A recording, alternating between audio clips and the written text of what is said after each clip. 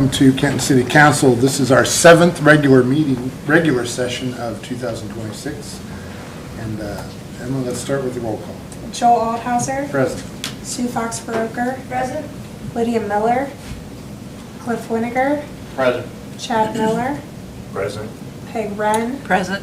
Doris Bloom. Present. Robin Jones. Here. John Schwimmer. Present. Lynn Webb. Cindy Murray. Here. Right, thanks, Emma. If y'all could stand, we'll have a prayer and pledge allegiance. Heavenly Father, let us take a moment to pause and reflect on the responsibilities before us this evening. May our discussions be guided by respect, wisdom, and a shared commitment to the well-being of our community. As we consider the matters before us, may we listen thoughtfully, speak honestly, and work together for the good of all of those we serve. We ask this all in your holy name. Amen. Amen. Amen. Pledge allegiance to the flag of the United States of America and to the republic for which it stands, one nation under God, indivisible, with liberty and justice for all.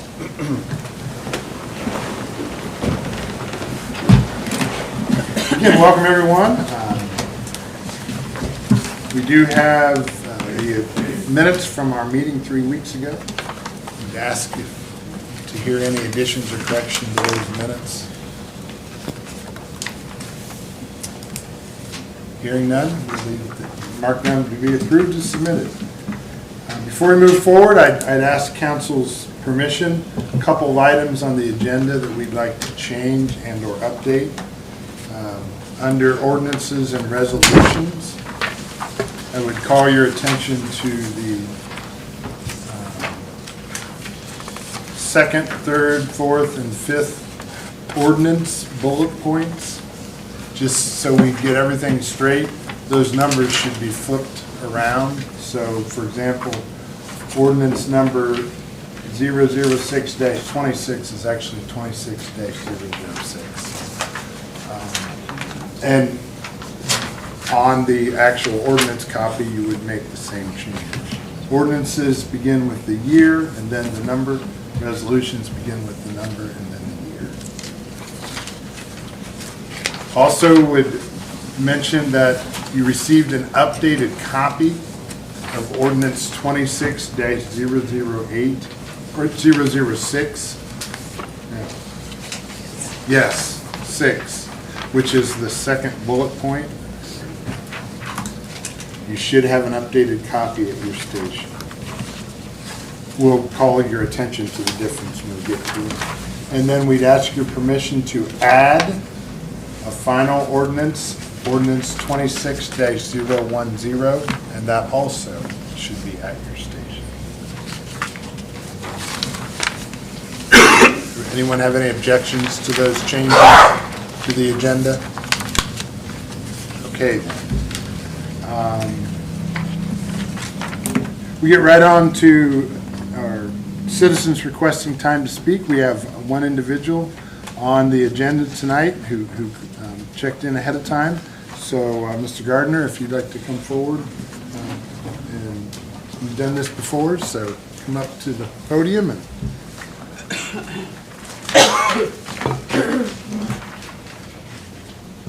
Thank you, Mr. President. Can you hear me okay?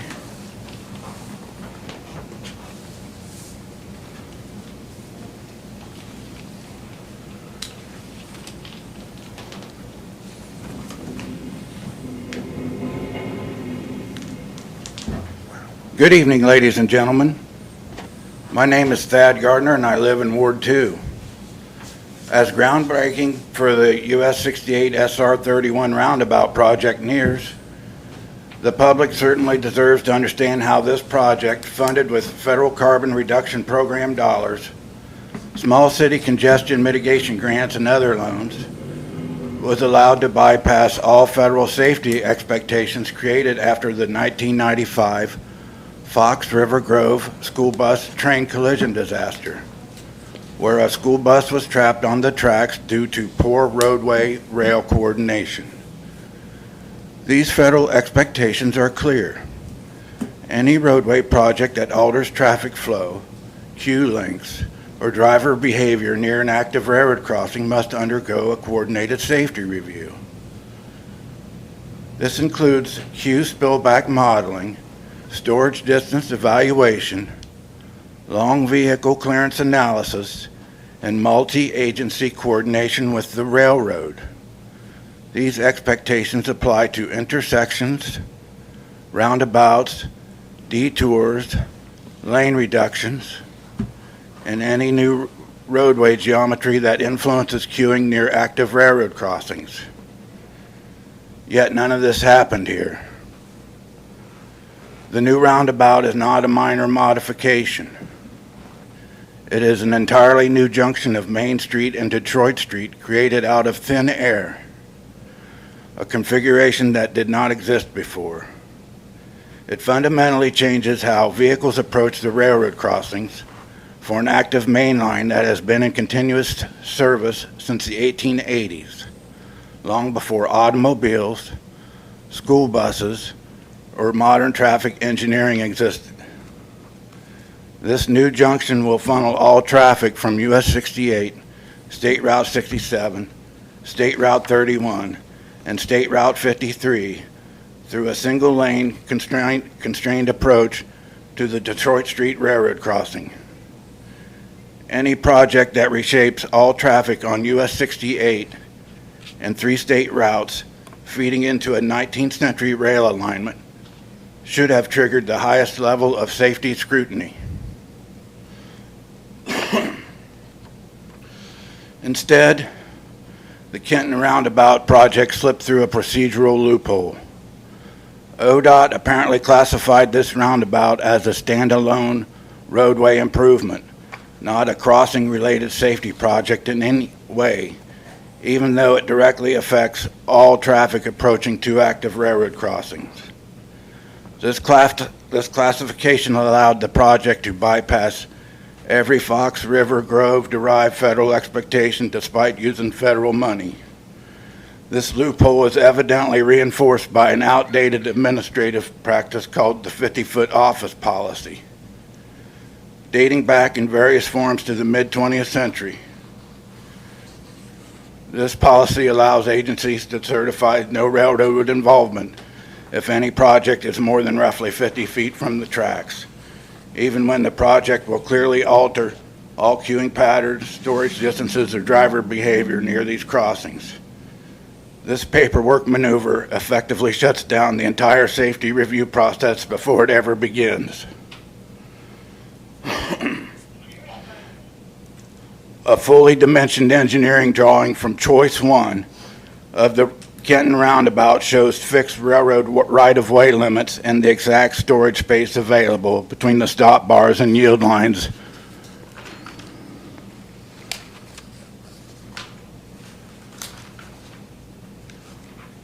Detroit Street and Main Street. These storage lengths, 407 feet on Detroit and 390 feet on Main, represent the maximum queue that can physically fit between the roundabout and the railroad tracks.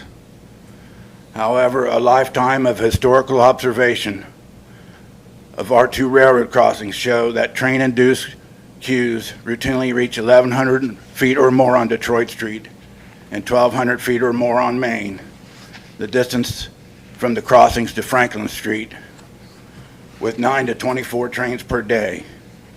This means the real-world queues exceed the design storage capacity by nearly threefold, creating a predictable risk of vehicles backing onto the tracks and spilling into the roundabout during train events.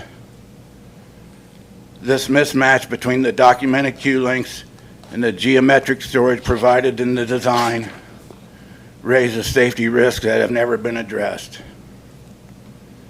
These are not optional exercises. These are the minimum expectations for any federally funded project near an active rail line, especially one that introduces an entirely new intersection geometry fed by 2 active railroad crossings. The first modern roundabout in Ohio wasn't built until 2009. long after the 1995 Fox River Grove school bus disaster established the need for rigorous roadway and rail safety coordination. Yet ODOT is evidently relying entirely on an administrative no railroading policy that traces back to the 1950s or earlier to certify our roundabout as exempt from all rail safety review. Kentonites have endured enough already and deserve better than loopholes, shortcuts, or outdated office policies on such a high-risk project. Loopholes create illusions of safety by making a system look compliant on paper while hiding the real danger. Sadly, it's a pattern that shows up in transportation, engineering, medicine, artificial intelligence, and government regulation. Here's how it works step by step. A loophole doesn't break the rules.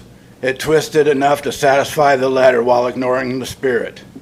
Examples of how loopholes create false safety include redefining what counts as a failure so fewer failures are recorded, cherry-picking data from synthetic conditions instead of real-world ones, using exceptions, policies, or waivers that allow unsafe systems to operate, narrowing the scope of what must be reported, classifying incidents in ways that avoid triggering investigations. Illusions of safety are more dangerous than known risks or no safety at all. When people know something is risky, they behave cautiously. When they believe something is safe because loopholes say so, they take more risk and trust situations they shouldn't. This is how disasters happen. Before ground breaks for the roundabout, the citizens of Kenton and school board should demand a competent, transparent, and technical railroad crossing safety review to ensure that federal expectations were met and that our children, our school buses, and most vulnerable are not intentionally placed at unnecessary risk at the most dangerous location in town due to ODOT loopholes. Respectfully submitted, Thad Gardner. I originally promised several documents tonight. Upon further review of the Federal Railroad Administration's database, we have identified 17 Kenton Railroad crossing grade collision crash reports, including injuries and fatalities relevant to this matter. I am submitting all 17 FRA documents to ensure the public record is complete. Thank you for listening. Mr. Gardner, will you be able to provide us a copy of those for the record, what you read? I have it right here, and I'll give it to Emma if that's okay. Yeah, if you give them to Emma, that would be great. Thank you, dear. And again, that's a copy of what you read, correct? Yes, sir. Okay, And, so, and the 17 Yep. FRA accident reports So- from the Kenton Railroad crossings. Those are the ones the FRA knows about. yep, so just to inform you, we will add those to the minutes, to the record, just as they are, as opposed to transcribing every word that you say. That's fine. Okay, That's fine. That's why I bring a copy in for him. Yep. It'd make life easier for him. right, 'Cause and that way it's accurate. I know things get, Thank you, Mr. Gardner. you're welcome, sir. Thank you, Mr. President. Thank you, ladies and gentlemen. Thank you, Dad.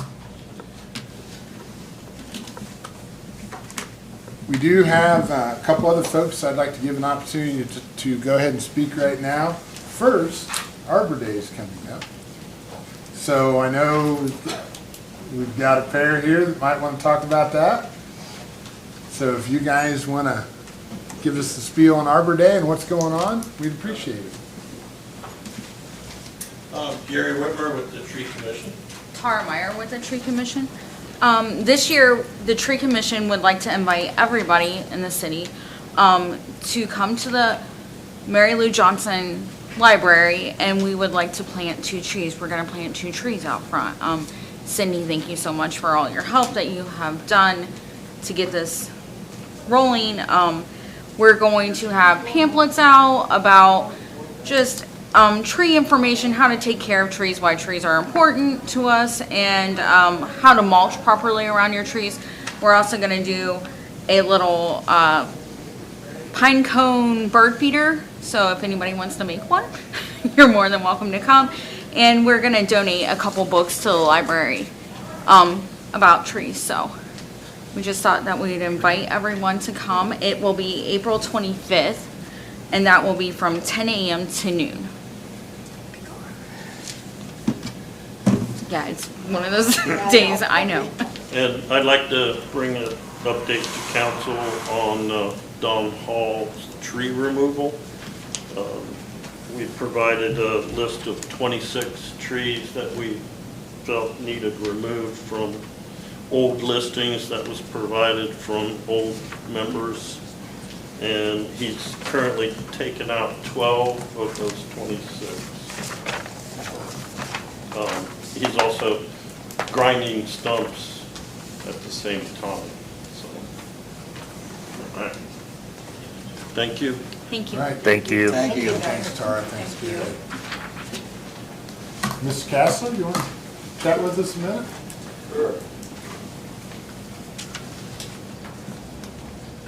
Thank you, everybody. Pleasure to be here again. My name is Michael Kassler. I'm for Hardin County Commissioner. I'll just give a quick update of my campaign. The primary election is 3 weeks from tomorrow. It's really come back quickly. One thing that I don't think I talked about the last time is I retired from the Highway Patrol. And after I retired in 2010, I went to law school, and then I ran for a seat as a trustee for the Highway Patrol retirement system. There's 5 retirement systems in Ohio. You got OPERS, and then SCRS, STRS, Police and Fire and Highway Patrol. And I was elected for my first term, and I'm a trustee for the retirement system, and I help manage $1.3 billion in pension funds. And I'm also the chairman of the Healthcare Funding Committee, and my healthcare fund has $125 million in it. So I am responsible for helping to administer the pension healthcare funds for all the retired troopers in the state of Ohio. My first term, I was elected with 57% of the vote. My second term, I was elected with 94% of the vote. In my third term, I was unopposed. So that shows me that the retired troopers feel that I'm doing a good job managing their pension healthcare funds. And I believe that my financial skills will come in very handy if property taxes are abolished here in November, because it's going to create a mess, and it's going to need somebody with a steady hand and some good financial responsibilities to be able to navigate the scenarios that we're going to be confronted with. So 3 weeks from tomorrow, I sure appreciate your consideration. Thank you, everybody. Thanks, Mike. All right, there will be time later in the evening for anyone else who wants to address council under public participation. And I'll announce that when we get there. So we'll move on to communications. Did receive Hardin County Council on Aging's April-May newsletter. I'll pass that around. Also, Emma does have a copy of the announcement for the Arbor Day. If you didn't get Tara's date and time, we can make certain you have a copy of that if you need it. And finally, at your station, there was a box that had business cards for each council member. Please encourage you to use these. City didn't pay for any of this. Some things that were done, we had some coupons as far as Vistaprint, and we're able to get that done fairly inexpensively and not at the city's cost. So please use those. It's a way to introduce yourself. The symbol on there, if they scan that takes them to the city website, and I think that was a brilliant idea. So something we've been wanting to do for several terms now and finally got it done. Any other communications that a council member has they'd like to share? Petitions, alley vacation requests. So we do have, and I should have asked you about this earlier, I haven't looked at it yet. It's an easy one. We have an alley that's never been improved. He owns both sides. He owns, wow, it is an easy one. I guess, do we have copies to share with any committee? Or just It's wanna in the talk? packet. Oh, it's already in the packet, so. Are there any questions about this? As you can see, the petitioner owns both sides of the alley. The alley's never been improved. Are there questions about vacating an alley versus abandoning an alley and what goes along with that for any council members that are new to this? John, do you want to? Well, this is the one that sits between their properties and goes up north of Eliza Street. I have to research if that ever is an actual alley dedicated to the city. Because if you go to the GIS site, it's not listed as an alley, it's marked to be used as an alley. Oh, wow, that's a new one. And if it's never been dedicated as part of a plat or deeded to the city, then we have no authority to vacate that. Who It might owns be it? privately. Well, it might have been through, I'm just saying, I can't say I've seen this, and I see the font, and if anyone from the public wants to look, it just says, if you pull off the aerial, it says to be used as an alley, which leads me to believe it's not a platted alley, never been dedicated. I can't say that for certain, but I'd have to research that. Because if that's the scenario, then we don't have the legal authority to vacate. It might be a private Okay. matter that needs to be resolved. I'm not saying that, but I need to look into that because I saw, what is this font that I could barely see through the aerial? Take the aerial off, and that leads me to believe it's not been dedicated. So for tonight, this is very simple. We have assigned that to our legal counsel. Right. So more to come in 2 weeks, maybe. How long is that alley? Well, it goes all the way up to another alley. That's an east-west alley. I will tell you the measurements of that, but it's right 267 feet roughly, based upon that. Does it get in then? Well, it goes up and feeds into another alley, but that's probably also unimproved. Yeah, it is.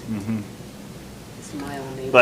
But the issue is, if it's not been dedicated to the city, that really is a private matter that we can't vacate something that's never been dedicated to us. Well, who would hold the deed? Yeah. Well, that's what I need to research, because my guess is it was something where it was deeded out and language was in a deed, and it might become a private matter that they need the quiet title on if it's not been dedicated. So it's important for us, if we're vacating, we need to make sure it was properly dedicated to the city, otherwise we have no business doing that. So I will research that and let you know what I come up with. To be continued. Right. All right. Administration reports. Chief Musser. Captain, anything for fire? Yes, sir. Public Works, anything you want to talk about, Cindy, on Public Works? No, just that they've started down here on the sanitary sewer at the Wayne Street intersection. And next week, they should be shutting down Main Street. When they shut down Main Street is when we're going to finish a lot of the work up here on Main Street, so. Okay, great. Economic development, probably nothing tonight, is there? Income tax, auditor, anything, Christie? Treasurer, John, law director. Cindy, back to you. It's that time of year again. No blowing of grass out into the street. Ends up clogging our storm drains. No chickens within the city limits are allowed. And no swimming pools without a fence around them. Unless they have an electric cover on them. In the chickens in the city, if you have a very large lot. Yes. 100-foot setback? Right, but they have to be located so they cannot get within 100 feet. So you need a lot that's over 200 foot in all directions, and they have to be located in the middle, because anywhere where they can access has to be 100 foot from a lot line. So 95% of your lots in town are not big enough to accommodate that as well as other livestock. All right. That's another one that comes up, it seems like every year.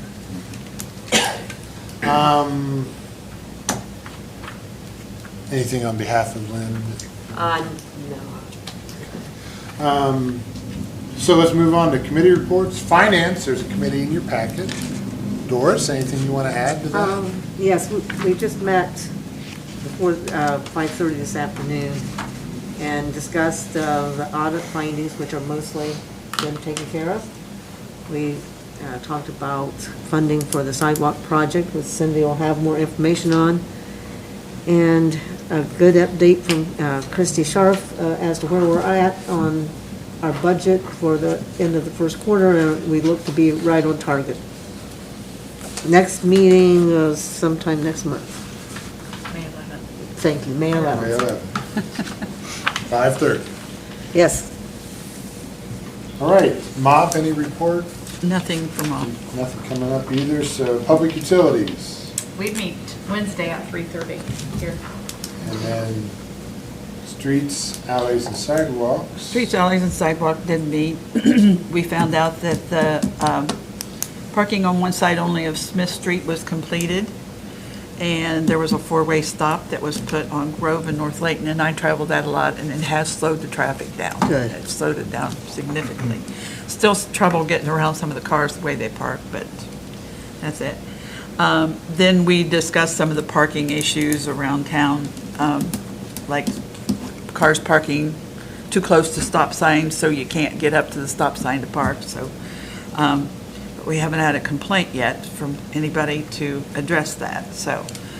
And we talked about some other parking issues in the downtown blocks and stuff. We'll continue that later. And we will meet again on April 29th at 3:30. All right, thank you, Peg. Legislation, codes, regulations. We did meet, we're still working on the M1, M2 legislation. Do we need to meet again before the 29th, John, or is that? We may, but I definitely plan on having something ready, for, hopefully for the committee to review and go through. Okay, so just working out the legalities of it and intertwining it with the existing ordinances and setbacks and things that we have with B1, B2, so it's a work in progress. And our next one will be April 29th, at this time. 4:30. All right, thanks, Chad. Regional Planning's Lydia, she's not here this evening, planned absence. Parks and Rec, anything you want to update, Roger? We meet on April 22nd, and that is to go over some recommendations that Elizabeth Howe had for the swimming pool, and also some ideas that Don and Deb had for the quarry. So, Joel, regional planning should be Doris. Oh, regional, it is Doris. And it What am I meets, thinking? it meets April 16th at 7 PM at the Sheriff's Department. And that's the kind of start of your year, Yes, isn't it's the it? start of the year. Yes, thank you, Doris. You're welcome. What time was it? 7, All right.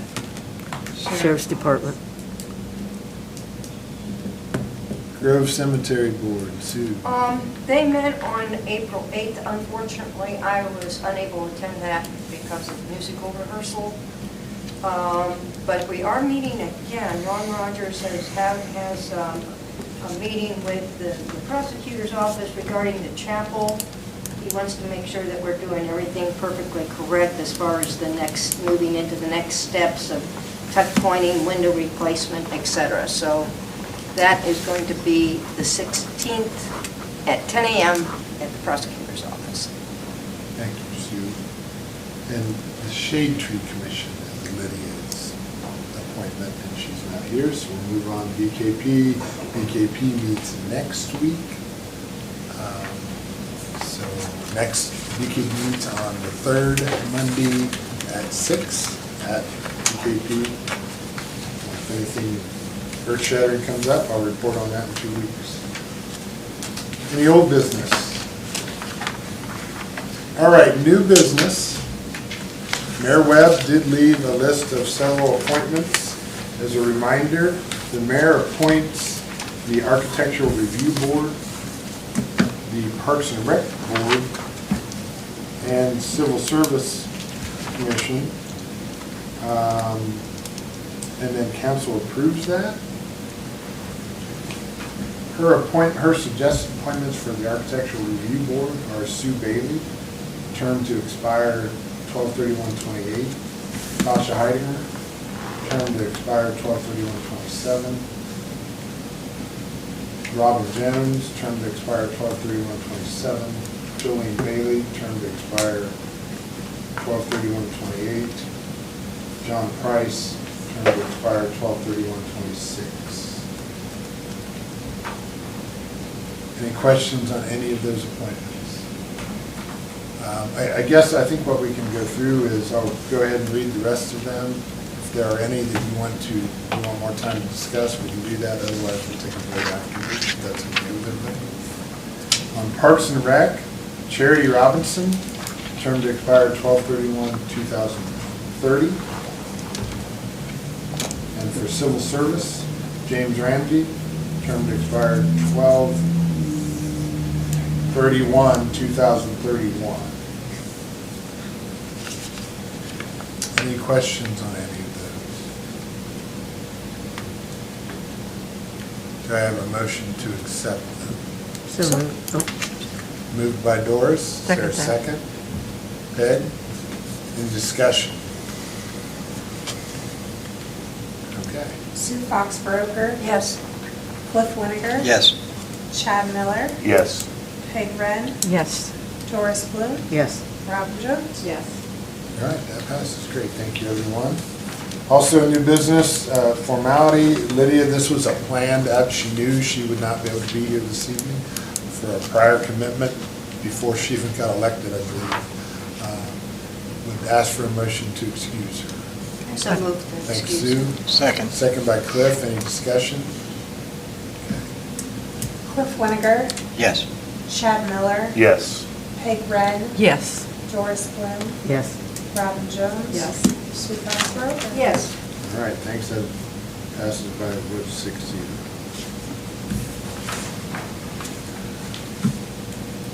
Okay, ordinances and resolutions. Again, the 4 ordinances listed there, change the numbers, reverse them, add an ordinance to the bottom, ordinance 26-01, and note you have an updated ordinance 26-06. Ready? Right. Resolution number 008-26, a resolution authorizing the Safety Service Director, the City of Kenton, Ohio, to enter into a professional services agreement for design and funding assistance of downtown Phase 2B Water and Sanitary Sewer Replacement Project with OHM Advisors and declaring an emergency. Okay, so this is the next phase of our downtown project, which is Franklin Street and Columbus Street and the lining of the sanitary sewers that run in the alleys behind Main Street and Detroit Street. We have received $1 million grants in both water and sanitary from the Army Corps of Engineering, and we have applied for funding through EPA for both water and sanitary sewer. So this will help us finalize the design and the construction administration, getting ready for the construction of this Phase 2B. We have extended the water. It was supposed to stop at Market Street, but we extended it to Layton Street on both Franklin and Columbus because of the number of breaks that we have had on Franklin Street.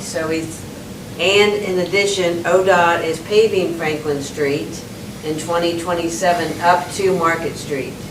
So we wanted to get that water line in prior to ODOT paving. And on Columbus Street, it's a dead end right in front of Mouse House, so this will eliminate a dead end and tie the two, if we take it all the way down to Layton Street, which you never want to have a dead end in the water line. So this money will be part of the loan agreement, or we can take it out of the grant money. So we just need to have the appropriations for that money, if so approved. And Yeah, you can go 3 reads, any objection, any questions right now? When's that project scheduled for? Should go out to bid this fall. Okay. So if you want to do any research or have questions, try to do so. This will be the first reading then. If there are no objections, we'll read that again at the next meeting. How far does it go out the other way, Franklin Street? Wayne. To Wayne, just to Wayne? Okay. All right, next up. All right, ordinance number 26-006, an ordinance providing for additional appropriations and for transferring funds for the year 2026 for the city of Kenton, Ohio, and declaring an emergency. So there was a pretty detailed explanation. First, what was the change between the packet version and the version that was at your desk? We took out, go ahead, Christie. I had originally asked for $1,800 for the police leads because we'd received invoices. Last year they were $100 a month and this year they were $250. And Chief called on them and they said, yes, that is what the cost is. And this morning he comes and they sent him an email and it was an incorrect invoicing from the state. And we've already submitted $750, so we now have a $450 credit. I will not need the $1,800 because it's now just going to be $100 a month, so. Anything you want to go over in the explanation beyond that? Cindy gave the extended explanation for the streetlights and the system project engineering, and that is in your packets. And then for the water system new equipment, and I can show you what it is, but I don't know. Theron, the tap. Yes, it's like a live tapping machine. So it was for $4,000 and we're transferred within the fund. Okay. And as far as the IT support for the transfers for that is simply that Duo Mobile. And we know before, we knew we were doing them when we did the budget, but we did not know the cost at the time. So we're just transferring, the only new money would be in the administration, IT. And that was all part of the state audit findings for security. The understanding is we do have some time, we can read this. Yes, that's right. So we can read this again in 2 weeks. Any questions about it right now? All right, same thing, do a little homework, and if you have questions, reach out to Christie, Cindy, and get your answers for the next time. All right, Emma. Ordinance number 26-007, an ordinance authorizing the grant of a gas pipeline easement from the city of Kenton, Ohio to the East Ohio Gas Company, DBA Enbridge Gas Ohio, for the installation of natural gas facilities and declaring an emergency. Who wants to give a little overview of this, John? Enbridge is requesting this because they're rewriting gas lines in connection with the roundabout and relighting. So it is important. They want to do this simultaneous with us doing the new water, this sanitary sewer line. So they want this quickly so they can work at the same time. Again, we want to get the underground done before we're working on the roundabout. So that's the timing, the request from Enbridge. We've got an asterisk there. Any questions first off? We are asking council to consider this evening if you so desire. I move that we waive the 3-read rule for ordinance number 26-007. Second. Thanks, Chad. Second by Robin. Doris. Doris. There's no discussion on suspension of rules, so we'll vote on that first. Chad Miller, Yes. Peg Ren, Yes. Doris Bloom, Yes. Robin Jones. Yes. Sue Fox Baroker, Yes. Cliff Winiger. Yes. Passes Yes. That passes 6-0, so that's sufficient to suspend the rules. I have a motion. I would vote for the adoption of the ordinance number 26-007. I'll second. that. Moved by Sue, second by Robin.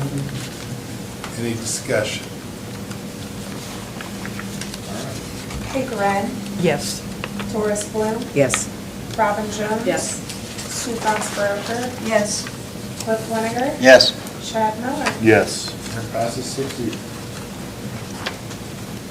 Okay, next. Ordinance number 26-008, an ordinance amending and restating Kenton Codified Ordinance, Section 452.16, related to limited time parking zones and parking large vehicle restrictions in the city of Kenton and declaring an emergency. Anybody want to review this, or is it self-explanatory enough for everybody? Maybe the large vehicle restrictions, what? Yeah, so that it's going to prohibit parking of large vehicles in the downtown parking spots, Okay. okay? It won't prohibit unloading in the alleyways and such, for temporary purposes. But yes, it's just so we don't have large vehicles taking up the downtown parking What, area. what do we define as a large vehicle? Is it, anything from a dually pickup I truck think it's to? Yeah, it's in the It's in here ordinance. somewhere, right? Yeah. 25 feet Motorhome, lane. I'm sorry, tanker, okay, bus, I'm or sorry, Yep, thank you, no, Agricultural thank you, tractor. Yeah. Yeah. thank you. And then another key component of the ordinance is the prohibition of, and this is new, prohibiting parking during the hours of, let me remember what time that is. 2 a.m. to Yes. 6. 2 a.m. Yeah. to 6 a.m., I think. And that's for purposes of, street maintenance, whether it be in the winter with snow removal as well as, sweeping. So, There were a few holes in our existing ordinances and safety issues, maintenance issues. We are asking council to consider this in one reading. Totally up to you all if you do that. I move we suspend the 3-read rule and adopt ordinance number 26008. I'll second that. Sorry, Cliff. You can go ahead. Moved by Chad and second by Robin to suspend the rules. No discussions, we'll go ahead and vote on that. Doris Bloom, Yes. Robin Jones. Yes. Sue Fox Baroker, Yes. Cliff Winiger, Yes. Chad Miller, Yes. Peg Ren. Yes. By a vote of 6-0, you have suspended the rules. Anyone want to move the motion of the ordinance? I move that we adopt ordinance number 26-008. Thanks, Peg. I'll second it. Second by Cliff. Any discussion? Okay. Robin Jones. Yes. Sue Fox Baroker, Yes. Cliff Winiger, Yes. Chad Miller, Yes. Peg Ren, Yes. Doris Bloom. Yes. Passes 6-0. Okay, next up. Ordinance number 26-009, an ordinance amending and restating codified ordinance section 276.02 relating to the Shade Tree Commission of the city of Kenton. Anything about this one that we want to discuss? You want me to talk? So it's basically just, we were having a hard time getting members that had the experience and willingness to serve that, I think it was, that they had to live within the city of Kenton. So we just reaching out to other people that we know that want to serve on the board that may not live within the city of Kenton. No urgency on this, I don't think. So we can read that again. If you have questions, you prepared, ask them before then or in 2 weeks. All right, now we have the last item that we want to, or the last item in the first reading that we want to add. I will give you a hint. It kind of has an asterisk by it, so go ahead. Ordinance number 26-010, an ordinance providing for additional appropriations for the year 2026 for the city of Kenton, Ohio, and declaring an emergency. Cindy, you want to kind of explain? Yes, so the main gist of this one is we got an email. The sidewalk project went out to bid, and the bids came over the estimate, and the city owes another $65,000 if we want to continue. They need to know by Wednesday if we are willing to pay that additional $65,000.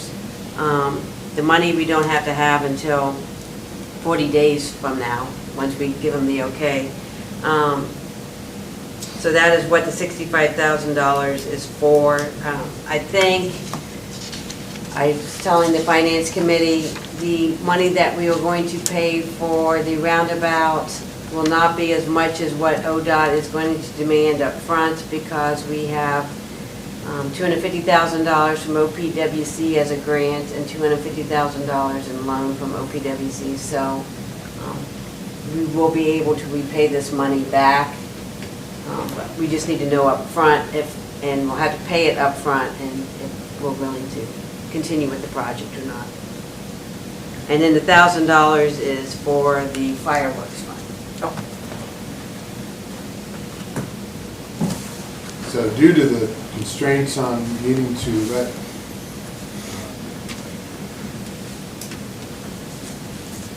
ODOT know on the sidewalk, you asked council to consider this evening. So I'd ask first, are there questions on this?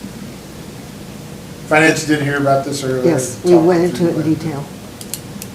And it was recommended, this was recommended out of finance, so. This is for sidewalk? This is It's for the sidewalk. Out The to sidewalk. Out to Walmart? Yes. And Okay. it's really more of a timing issue as much as anything. Yes. So looking for, asking you to suspend the rules. I move to suspend the three read rule on ordinance number 26-010. All right, thanks, Robin. Second that. Seconded by Peg. Go ahead and vote to suspend. Sue Fox Baroker. Yes. Cliff Winiger. Yeah. Chad Miller. Yes. Peg Red. Yes. Doris Bloom. Yes. Robin Jones. Yes. Passes 6-0. I move we adopt ordinance number 26-010. Second. Thanks, Chad. Second by Doris, I think that was. Yes. Any discussion? All right. Cliff Winiger. Yes. Chad Miller. Yes. Peg Red. Yes. Doris Bloom. Yes. Robin Jones. Yes. Sue Fox Baroker. Yes. Okay, it passes 6-0. One item for second reading. Resolution number 007-26, a resolution finalizing actions under codified ordinance number 24-013 to permit the city of Kenton to enter into a highway improvement agreement with the Ohio Department of Transportation and declaring an emergency. Still got time to go for a third reading, right? Yes. Okay. Any objections to that? If not, we'll read it in 2 weeks. Okay, nothing under third reading. Other matters. Everybody get through their know before little quiz. If you did not, you should have received an email that's testing you on how wary you are when it comes to fishing. Was it fishing? Yes. So look for that in your email. Know before. Also remind everyone to get their ethics reports filed if you have not. If you have any questions on how to access that, you reach out to me, Emma, we can get you pointed in the right direction. It's probably, if you've done it before, it's a 5-minute task. If you haven't done it before, it might be a 10-minute task. There's daily penalties for for not filing that. So if you're having issues, please let us know. May 1, May 15th. I think it's 15. I think it's May That's 15th. financial, you're talking about. Yes. Yeah, I got that done. Okay. Threw it away. I already did mine. Comments from the public? If I could step away from my role as counselor Yes, you may. to represent myself as a member of the public. We've started a charter initiative citizens group to go forward with the charter initiative again. I do know as a citizen, the group will be asking for council to support it once more and to put it before the voters. Some of the issues we talked about in our initial meeting was, a lot of it we felt was the education of charter was an issue for a lot of people that came forward and asked in that, or not really understanding or fully having knowledge of the charter pros and cons. Generally, a lot of people voted no through our assessment of what we kind of had as far as feedback from people in the public or in the community. So just wanted to put that out to council. We will be asking council to support that again this coming year. Hopefully the sentiment hasn't changed as much in council's view of the need for it. So we will be moving forward with like citizen initiative meetings. I know we're going to have one April 29th at 7 p.m. Anybody in the community is more than welcome to participate. Come up. I know we're going to meet probably up here. We can have legislation, I think, that night, so it'll be at 7 after that. For a citizen, for any citizens that wants to come up, get involved, have questions, things of that nature. So we will be moving forward with that from the citizen side, so. Great. Anyone else? News media. Comments from council members, administration. Christie, Chief. Yep. Sue. Just one real quick question. I've had a person in my board ask about a large vehicle, like a camper or RV, just parked in the yard and not on a actual, like, driveway, or, so I was wondering if there's an ordinance that is about that and if that is going to be enforced. And I said I would look into it. But I just need to, you just give me the address. Okay. Will do. Good. Is there anybody down at the city garage tonight? No. Well, there's a dead raccoon up on Detroit Street, laying right in the middle All of the day. street. Big one. It's been And it's there all like, day. holy cow. I had to swerve around this thing, and I know it's gonna get smashed, and that's gonna be disgusting. I didn't know if there was anybody in the garage down there. No, we can call somebody in and pay, it'd be overtime. I'll go shovel it off the I was gonna road. say. Give me a trash bag and a shovel. Where's it at? Right on North Detroit Detroit. I'll get it. You can't miss it. I'll get You it. can't miss it. See, your second term after business cards, your second term, you get a scoop shovel. Hey, I'll do it. I just don't want to lay it in my car, you know. If I had a truck, it would be different. I'd The scoop it first up term, and you gotta throw it in hold the there. bag. But then I'd take it down to your house. Thanks for mentioning that, Cliff. We can, I think I heard Robin say she's gonna take care of it. I'll get it. Doesn't matter to me. I got a scoop shovel and trash bag, and trash goes out tonight. Fire department's in. Yeah, I was waiting for that. That's a traffic issue. That's right. I thought it would be you two that would start this up. but- Spray it off the. Listen, if both of you go down and like block the road so Robin can. Yeah, Robin needs to be safe at least. Yeah, you wanna get that traffic. done before dark. Yeah, who's gonna stop behind me with their flashers on? Well, Don Hall could just bury it under the stump grindings and it would. Fertilization for the next tree. Yeah. I would be careful if you're gonna remove that. Okay. I have no problem. We'll call them. That's, I mean, it's not uncapable. Right. Thank Chad, you. anything you wanna? I mean, obviously, the mayor's not here tonight. I would just offer my condolences to the mayor for the loss of her father.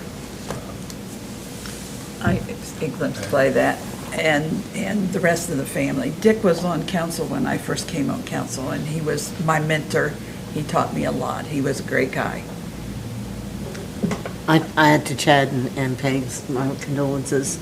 I'd also remind everybody that April the 25th is the downtown cleanup hosted by Revitalize Kenton. We're going to meet in the theater parking lot and work our way out. And we'd love to have as many people as we can get. When is that, Doris? April 25th. 25th. We can go April to 25th. cleanup, then we can go to Arbor Day.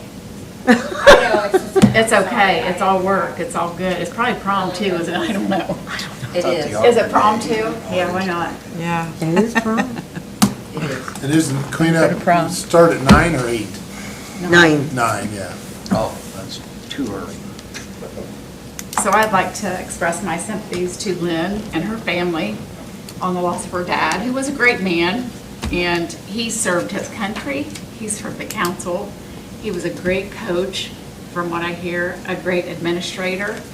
He was a lifelong resident of Kenton, and if anybody wanted to see Kenton shine, it was Dick Jones. So, thank you for his services on all levels, and blessings to the family. I'm gonna be like Robin, so, first of all, I'm sitting as mayor, and she would be saying, if you did not see the High School Musical, you missed an excellent performance, because it was an excellent, excellent performance, and the talent that we have, it was amazing. They were tap dancing, they were walking on the ceiling and doing flips, and all spelling out supercalifragilisticexpialidocious at the same time. It was amazing. I was surprised. I really was. Can you stand up and do that again? And I'm giving my condolences to the Joneses. Dick was my second father. He was our next door neighbor for many, many years. So, my prayers are with him. We have some of those. Obviously, condolences to the mayor and her family, but we're rolling out our, what we call our spring cleanup this year. So I know in the past we have done the dumpsters at the fairgrounds, and then we moved on to vouchers that we sent out with the water bills, so you could take your stuff out to the dump. That proved to be abused a little bit. We kind of had to pull it back there at the end of last year.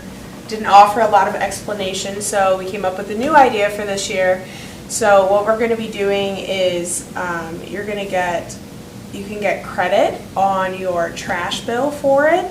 So if you bring in your receipt from the load that you've taken out to the dump, bring it into the water office from 9 to 1.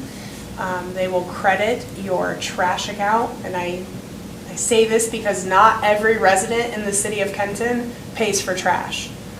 You know, she's out in the condos, yes, so we don't. or if you live in apartments, I think it's more than 4 units, they have dumpsters, so you have to have an active trash account with the city of Kenton. Bring your receipt in, and they will credit you up to $25. And you could do that 2 different times, so 2 different receipts. The city will have to keep your receipt for auditing purposes. And then the second part of that is that, you know, if you bring in a receipt and it's for $17.50, we're not going to give you that last little bit. It's just going to be a flat $25. So if anybody has any questions about that, feel free to call in. I'd be happy to help. We just rolled it out on Facebook right at the end of business today, so I'm sure there'll be a lot of questions coming through, but this is our solution for this year, and we'll see how well it works. So that started today then? Thank you for clarifying. That won't go into effect until May 1st. We're gonna run that May to October, so your receipts will have to be dated May to October for that.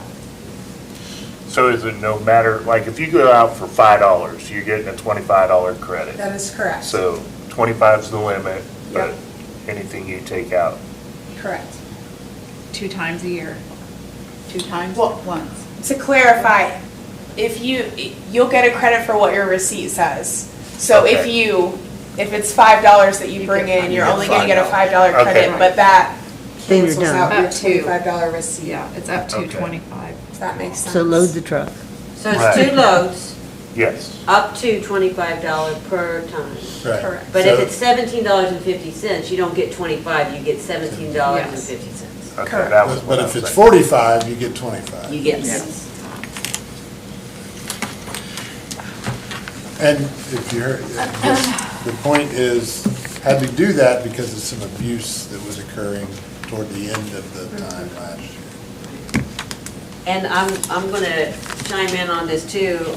Rumpke is much more willing to take bulky items than Republic ever was. So chairs, couches, they seem to disappear with Rumpke. That's And- good to know. If you have a lot and you call them, they will send a crew out with a trailer and pick it up. They will do that. Well, I think that does it for tonight. Appreciate everyone's attention. We got a lot done. Several things coming up. I'm not going to repeat all the dates. Just remind everyone that we do have a council meeting here next April 20, in 2 weeks, 7 p.m. And as you heard tonight, an event 2 days before that, an event 2 days after that. So, thanks everyone for your attention, and if there's no objections, we're adjourned.